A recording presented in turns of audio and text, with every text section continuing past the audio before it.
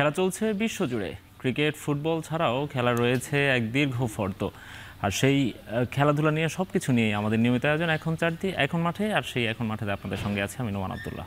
শুরুতেই এক নজরে দেখে নেব ক্রীড়াঙ্গনের গুরুত্বপূর্ণ খবরাখবর।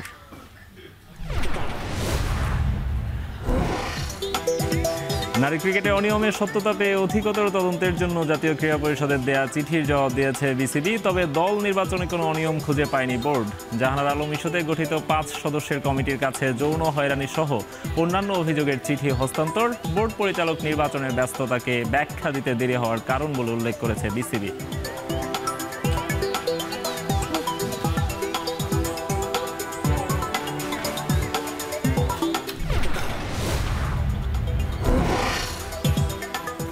ভারতের বিপক্ষে এশিয়ান কাপ বাছাইয়ের ম্যাচকে সামনে রেখে গভীর অনুশীলনে ব্যস্ত হামজা জামালরা। সমালোচনার মধ্যেও কোচ হ্যাভিয়ার ক্যাব্রেরার কৌশলের প্রশংসায় পঞ্চমুখ সমিত সোম। ঢাকায় পৌঁছেছে ভারতীয়রাও। বিকেলে জাতীয় স্টেডিয়ামে রুদ্ধদ্বার অনুশীলন করবেন তারা।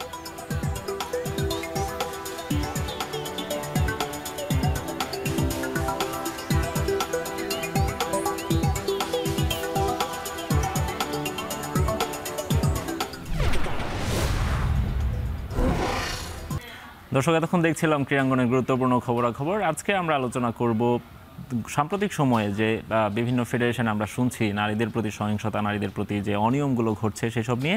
আমাদের সঙ্গে এই বিষয়ে আলোচনা করতে স্টুডিওতে আছেন সিনিয়র ক্রীড়া সাংবাদিক সাইদুজ্জামান। সাইদ, আপনাকে স্বাগত জানাচ্ছি আমাদের স্টুডিওতে। সাইদ, আমরা সাম্প্রতিক সময়ে বেশ কিছু অভিযোগ পেয়েছি, শুধুমাত্র ক্রিকেটে না, ক্রিকেটে শুরু হয়েছিল, তারপর অন্যান্য ফেডারেশনের কাছ থেকে আমরা বিভিন্ন অভিযোগ পাচ্ছি। সেই অভিযোগের পরিপ্রেক্ষিতে আমরা দেখেছি বিসিবিকে একটা চিঠিও দেওয়া হয়েছিল এনএসসির পক্ষ থেকে। সেই চিঠির অবশেষে একটা জবাব আমরা বিসিবির পক্ষ থেকে গতকাল দেখলাম। বিসিবি সরাসরি ডিনাই করে দিয়েছে যে এই ধরনের যে অভিযোগটা উঠেছিল সেটি হচ্ছে বয়সভিত্তিক ক্রিকেটে দুর্নীতি করে বেশ কয়েকজন ক্রিকেটারকে খেলানো হয়েছে বয়স চুরি করে, হোয়ারেজ কোয়ালিফাইড কয়েকজন ক্রিকেটারকে খেলানো হয়নি। সেই অভিযোগটাকে বিসিবি উড়িয়ে দিয়েছে। তারা বলছে তারা এই ধরনের কোনো অভিযোগের সত্যতা তারা পায়নি, এই ধরনের কোনো অনিয়ম তারা খুঁজে পায়নি। সাইদ, আপনি আপনার ক্যারিয়ারে এই ধরনের অভিযোগ আপনি কখনো দেখেছেন কিনা, এবং ক্রিকেট ছাড়া অন্যান্য স্পোর্টসেও আমরা এই ধরনের অভিযোগগুলো শুনে থাকি, এটা সত্যতা কতটুকু আপনি বলবেন? আমি প্রথমে একটা কথা বলতে চাই যে ডিনায়াল, অস্বীকার করা। আপনি দেখবেন যে ইস্যুগুলো নিয়ে আলোচনা হচ্ছিল এগুলো কিন্তু অনেক পুরনো ইস্যু।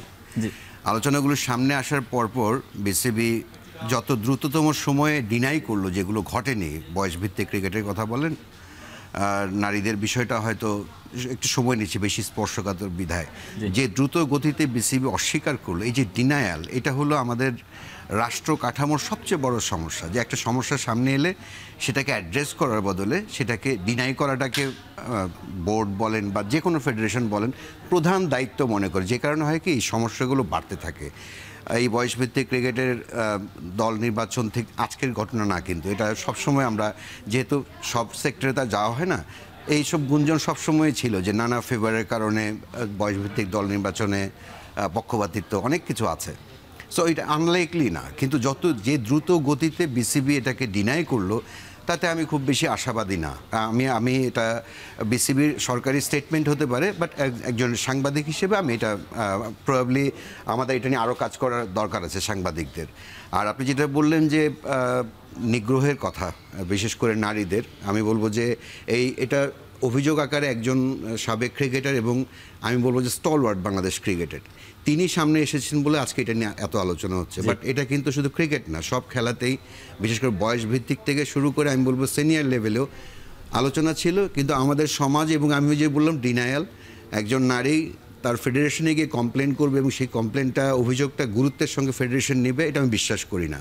বিকজ আমাদের মধ্যে একটা অদ্ভুত মানসিকতা কাজ করে যে আমার কলিগের বিরুদ্ধে অভিযোগটা এসছে, সো আমি এটা কার্পেটের নিচে লুকিয়ে রাখি, বা যিনি কমপ্লেন করতে এলেন তার ভিক্টিমাইজড হওয়ার চান্স বেশি থাকে। আপনি যদি দেখেন সাম্প্রতিক সময় কিছু আলোচনা হচ্ছে, যিনি অস্ট্রেলিয়া থেকে জাহানারা আলম যে কমপ্লেনগুলো করেছেন, সেই কমপ্লেনগুলোকে আমি বলবো যে কগনিজেন্সে নেয়ার চাইতে বেশি মনোযোগী মনে হচ্ছে যে তার বিরুদ্ধে আরও কিছু অভিযোগ দাঁড় করানো। তাতে হয় কি, শুধু একটু জাহানারাই চুপ হয়ে যাবেন না, অন্য যারা নারী অ্যাথলিট আছেন, আমি শুধু ক্রিকেটার বলবো না, তারাও শঙ্কিত হবেন। আমি সেদিন দেখলাম শুটিংয়ে একজন অন রেকর্ড যেসব অভিযোগ করেছেন, কিছু হয়েছে সেখানে, কিছু হবে না।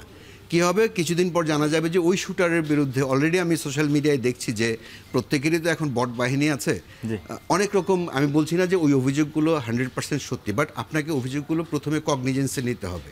আমরা বাংলাদেশের কোনো ফেডারেশন, ইভেন আমি বলবো যে মন্ত্রণালয় কখনো এই ধরনের অভিযোগকে গুরুত্ব দেয়নি, বিকজ আমরা সবসময় মনে করি এই সমাজের এমন একটা মানে স্থিতি দাঁড়িয়েছে যে যিনি নির্যাতিত তার জন্য আমরা খুব বেশি আহাউহু করি, বাট তাকে যে বিচার দিয়ে, তাকে সুবিচার দিয়ে যে তাকে আমি আমার অনবোর্ড করবো, যে আমার সাহস যোগাবো, সেটা আমি আপনাকে আরেকটা কেসের কথা বলি। সেটা হচ্ছে যে সুইমিং ফেডারেশন আমরা এমনও দেখেছি একজন সুইমার তিনি সুইসাইড করতে বাধ্য হয়েছিলেন, সুবিচারটা না পাওয়ার কারণেই তো তাকে এই ধরনের ডিসিশন নিতে হয়েছিল। ডেফিনেটলি, বিকজ আমি জানি যে প্রতিটা মানে নিপীড়িত যিনি, তিনি তার অভিযোগ করার কোনো জায়গা নেই।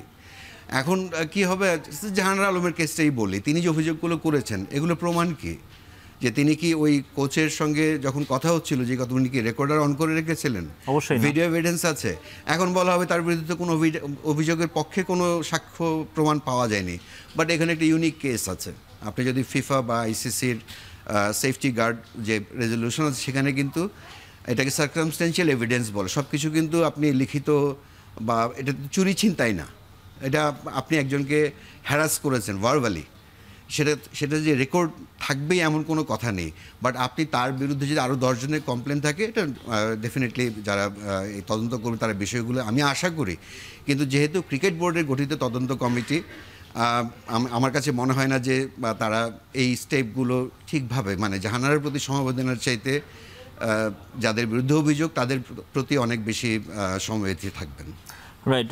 সাইদ ভাই, আপনি বলছেন আইসিসি, ফিফা বা এই ধরনের সংস্থাগুলো যারা আছে তাদের একটা গাইডলাইন থাকে। আমাদের যারা গভর্নিং বডি থাকে বা আমাদের হচ্ছে যারা মাদার বোর্ড থাকে, লাইক আমি বলছি জাতীয় ক্রীড়া পরিষদ বা যুব ক্রীড়া মন্ত্রণালয়, এদের কাছেও নিশ্চয়ই একটা গাইডলাইন আছে। এরাও নিশ্চয়ই বোর্ডগুলোকে সে ধরনের একটা নির্দেশনা দেন। সাম্প্রতিক সময়ে আমরা সে ধরনের একটা নির্দেশনা দেখেছি। ওইটা নিয়ে আমি আপনার কাছে ফিরবো, তার আগে ছোট্ট একটা বিরতি নিব। এখন মাঠে নিচ্ছে একটা বিরতি, ফিরছি একটু পরেই।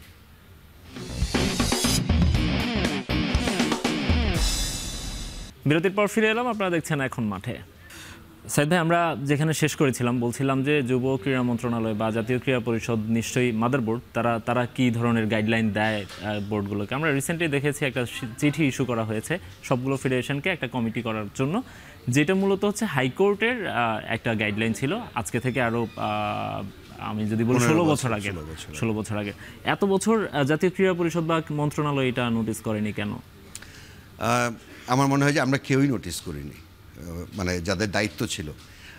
কোর্টের একটা আদেশ, এটা অবশ্যই এনএসসি না জানার কথা না, জাতীয় ক্রীড়া পরিষদ। আমি যে বললাম না যে আমরা বিষয়টাকে গুরুত্বই দিই না, আমরা এটাকে ধরে নিয়েছি ফর গ্রান্টেড যে এরকম একটা অন্যায় ঘটতেই থাকবে বছরের পর বছর। সবাই নির্যাতিত যিনি নাজেহাল হন তিনি চুপ থাকবেন, সমাজ খুব মানে দারুণ মানে স্রোতস্বিনী নদীর মতো বয়ে যাবে। সেটা করতে করতে আজকে আমরা এই জায়গায় এসেছি। এখন যে কোনো অভিযোগেই আপনার খুব বিপজ্জনক সব অভিযোগ আসছে, বিস্ফোরক অভিযোগ।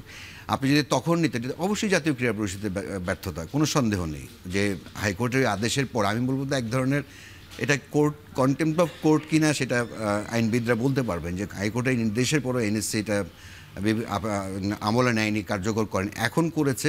বাট আমার একটা সংশয়ের জায়গা, আমি সেটা শুরুতেই বলেছি যে সংশ্লিষ্ট ফেডারেশনকে বলা হয়েছে করতে। তারা কাদের দিয়ে করবেন? তাদের যারা এক্সিকিউটিভ কমিটিতে আছে সেই ধরনের সদস্য দিয়ে করবেন, নাকি তারা বাইরের যারা এই কাজে যারা বিশেষজ্ঞ? বাংলাদেশে অনেকগুলো বেসরকারি প্রতিষ্ঠান আছে যারা এই কাজগুলো এইগুলো নিয়ে বছরের পর বছর কাজ করছেন। আপনি বিসিবির যে কমিটিটা দেখবেন, সেই কমিটিতে কারা আছেন? একজন সাবেক বিচারক আছেন, 2 জন আইনজীবী আছেন, সঙ্গে একজন ক্রিকেট বোর্ডের, আমি বলবো যে এটা মূল বলবো যে এই পুরো জিনিসটাকে পক্ষপাতিত্বের, আমি একটা লজিক দিয়ে বলছি যে আপনি যখনই আপনার বোর্ডের আপনার বন্ধুর কারো বিরুদ্ধে তদন্ত কার্যক্রমে আপনি যখন যুক্ত থাকবেন, there will be always remain a doubt যে আপনি আপনার বন্ধুকে ফেভার করেছেন কিনা। সো ফেডারেশনকে করতে হবে, কিন্তু সেই ফেডারেশন যদি তার নিজের বডি থেকে কাউকে দিয়ে করে, আমার মনে হয় এটা কার্যকর হবে। বিকজ অভিযুক্ত যিনি অভিযোগ করে তাকে তো অভিযোগ জানাতে হবে, তার মধ্যে সেই আস্থার জায়গা তৈরি করতে হবে। রাইট। আমাদের প্রেজেন্ট সিস্টেম সেই আস্থার জায়গা নির্যাতিতের প্রতি তৈরি করতে পারেনি। রাইট সাইদ ভাই, আমরা আপনার সঙ্গে এই যে বিষয়গুলো নিয়ে আলাপ করছি, নারীদের প্রতি সহিংসতা, ক্রীড়াঙ্গনে নারীদের নিরাপত্তা, এই বিষয়গুলো নিয়ে আমরা আপনার কাছে আবারও ফিরবো। তার আগে আরেকটা বিরতি নিব। এখন মাঠে নিচ্ছে আরেকটা বিরতি, ফিরছি একটু পরেই। বিরতির পর ফিরে এলাম, দেখছেন এখন মাঠে। সাইদ ভাই, আমরা বলছিলাম যে মাদারবোর্ড অর্থাৎ যুব ও ক্রীড়া মন্ত্রণালয় বা এনএসসি কী করছে, ফেডারেশনগুলো কী করছে। আমি একটু জানতে চাই, আপনার দীর্ঘ সাংবাদিকতার জীবন আছে, এই ধরনের অনেকগুলো ঘটনা বাংলাদেশের ক্রীড়াঙ্গনে ঘটেছে। সাংবাদিকদের ভূমিকাগুলো কী ছিল ওইসব ঘটনাগুলোতে, এবং ভবিষ্যতে সাংবাদিকরা কী ধরনের ভূমিকা রাখতে যাচ্ছে? একটা কি, আপনি যদি সারা বিশ্বেই দেখেন, ক্রীড়াঙ্গনের কথা আমি শুধু বলছি যে প্রথমে তো ফিক্সিং নিয়ে সবচেয়ে বেশি বিতর্ক হলো।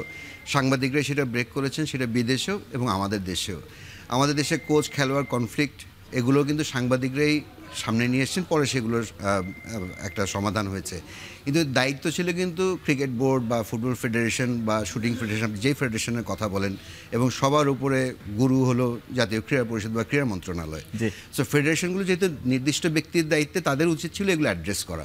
তারা অ্যাড্রেস করেননি বা ইনকেপেবল ছিল। আমি বলবো যে ইনকেপেবল, পরে মনে হয়েছে আসলে তারা ইনকেপেবল। এগুলো দুটো জিনিস আছে, একটা হলো যে গোপনীয়তা, মানে গোপনীয়তার নামে অসৎ কাজগুলো লুকিয়ে রাখা, আরেকটা হলো অসামর্থ্যের কারণে ওই জিনিসগুলো অ্যাড্রেস না করা। দুটো কারণ, এটা আমি ফ্ল্যাটলি সব ফেডারেশনকে বলবো যে আপনি যেটা বলছেন নারী অ্যাথলিটদের প্রতি মানে অসদাচরণ বা ফিক্সিং যেটাই বলেন না কেন, সো সেই জন্যেই। এবং আমি বিশ্বাস করি যে কটা অভিযোগ আমরা সোফার পিচ হতে দেখেছি মিডিয়াতে, এর চাইতে অনেক বেশি ঘটনা আছে, দুর্ভাগ্যজনক ঘটনাগুলো আছে। সো তারা কোথায় জানা, আমি বললাম যে আস্থার অভাব। কোনো ফেডারেশনকে কোনো অ্যাথলিট বিশ্বাস করেন না, এটা টেক নোট, যে কেউ বিশ্বাস করে না, বিশ্বাস করে কোনো, তারা সে আস্থা অর্জন করতে পারে না। সেই জায়গাটা আমার কাছে, আমরা যেটা আলোচনা করেছি সাংবাদিকরা, ক্রীড়া সাংবাদিকরা, যে আমরা একটা প্ল্যাটফর্ম করব যেখানে ভিকটিম কমপ্লেন করতে পারবেন পূর্ণ গোপনীয়তা রক্ষার শর্তে। তাদের যেন মানে কোনো কারণে তারা যেন এক্সপোজ না হন, যদি এক্সপোজ হতে না চান। আবার এমন কাউকে, আমাদের কোনো ব্যক্তিগত আক্রোশ নেই যে অমুকের বিরুদ্ধে অভিযোগ এলেই সেটা সামনে আনতে হবে। আমরা সেটা, যে রাষ্ট্রের যে বিদ্যমান যে ব্যবস্থা আছে, আমরা সেই বিচারগুলো সংশ্লিষ্ট কর্তৃপক্ষের কাছে অত্যন্ত গোপনীয়তার সঙ্গে চাইবো। আমরা, আমাদের মূল লক্ষ্য হলো যেন এরকম যারা নানাভাবে নিগৃহীত হয়েছেন, তারা যেন একটা আস্থার জায়গা পান যে আমরা এই একটা ফোরাম আছে যেখানে কমপ্লেনগুলো করলে পাবলিক হবে তখনই যদি সেটা প্রমাণিত হয়। আর যদি ভিকটিম বলেন যেটা পাবলিক করা যাবে না, শুধু আমি বিচারটা চাই, আমরা সেই নিশ্চয়তা দেব। রাইট, আমি যতটুকু বুঝি সাইদ ভাই, সেটা হচ্ছে সাংবাদিকদের কাজ হচ্ছে সমস্যাগুলো তুলে ধরা, সমাধানের কাজ সাংবাদিকদের না। কিন্তু আমার মনে হয় দায়িত্বশীল পার্সোনালিটি হিসেবে হচ্ছে তারা সেই কাজটা, আপনারা যে কাজটা করতে যাচ্ছেন, এটাকে অবশ্যই আমাদের স্যালুট জানাতে হবে। এবং সবাই তার নিজ নিজ জায়গা থেকে যদি সচেতন হয়, সেক্ষেত্রে এই ধরনের কাজগুলো আরও অনেক কমে আসবে বলে আমরা মনে করি। সাইদ ভাই, আপনাকে অসংখ্য ধন্যবাদ আমাদের সঙ্গে স্টুডিওতে সে সময় দেওয়ার জন্য। Thank you. শেষ করছি এখন মাঠের আজকের আয়োজন।